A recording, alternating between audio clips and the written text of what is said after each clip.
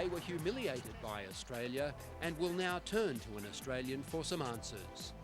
In the middle of the Windies wreckage stands Bennett King, appointed coach last year by the Caribbean cricketing powers. They didn't really give me a brief as such. I mean, they wanted the players to be better, and they wanted us, the West Indies, to be catching up with the rest of the world, and certainly they didn't enjoy languishing where they were. But they saw the developments around the world in terms of resources, which is hard for them to replicate. They saw the developments in coaching and just the way that coaches set up programs and planning and those sorts of things. And I think that's what they were more interested in, was actually the preparation of the players. They knew, we're a fair way away from replicating the facilities as such. Oh, he's bowled him! He's dragged it back onto the stumps, and Marshall runs down the wicket. Facilities never used to matter for the once were kings of cricket. Intimidating pacemen queued up for selection. And that could be out. And their batting order played like pirates on a rampage. Richards has hit that out of the ground. That's a mighty hit. Weighed down by this history, the team now revolves around the one player that links them to it. They're near the bottom of world cricket, fragmented by island geography, bitterly divided over a sponsorship deal, and increasingly seduced by other sports. Enter B.A. King. Not necessarily easy, but certainly the players embraced everything, made my job a lot easier. So I think they were thirsting out for cricket culture and what was happening in the rest of the world, and they've embraced all the things that we've introduced especially really well, and we feel that they've been improving since we've been there. In a short space of time, Bennett King has coached a lot of cricket. But again, it's more difficult because of how you play with your stiff forearms, going over the covers early. It's harder for you because you haven't got that wristiness. It's easy for you to go there than it is to go there. Shown here with Shane Watson in November last year, he ran the Australian Academy before heading to the Windies. Originally from Queensland and a former first-grade cricketer and rugby league player, Bennett coached the Bulls to 3 Pura Cup titles. Don't want to see anything on your faces here. Great standard, slowly, boys. Don't want to see a thing.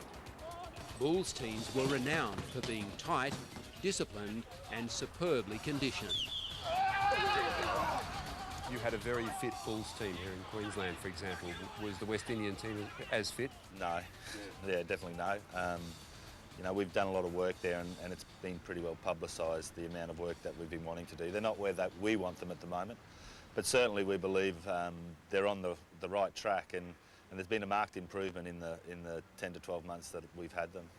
And if criticism by former West Indian greats of this team's attitude carries any weight, maybe the right man is in the job. You were renowned for being a bit of a disciplinarian in Queensland and being fairly blunt with your players. How's that approach gone down in the Caribbean? Yeah, I think that's a harsh call, Tim, but I actually believe in people getting honesty from the players and vice versa, and I think that it's just a natural way. I mean, when you're in a family situation, you expect that from your kids, or expect that from your parents and from teachers as such. So I think it's just a natural progression. Some things get highlighted which I don't think necessarily have to be highlighted, and you come over as a disciplinarian. But in all honesty, you set some standards, and the players set standards, and they've got to fall within them. And if they don't, well, you've got to pull them up. Whether or not they listen, the Windies' lives have changed under King. These days, they're out of bed in time for a swim and breakfast before practice, which has also changed.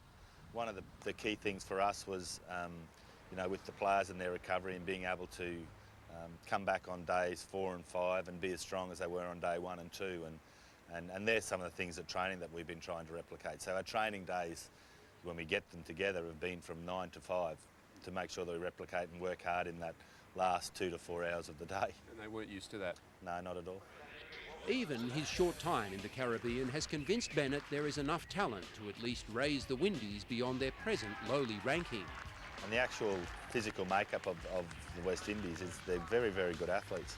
And most of the time they get by on just their natural ability.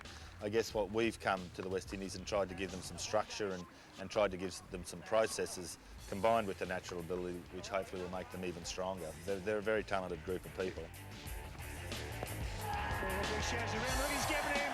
Got him. While he concedes that no one apart from the great man himself can find Brian Lara's lost batting mojo, Bennett is excited by the massive task elsewhere. As they used to say in Queensland cricket, just about the only way is up. I'm still probably young into it. You miss your families and you miss your close friends, but it's been a lot of fun, to be honest, and when you have a good group of people and a good support group around you, it makes the travel a lot easier and much more enjoyable.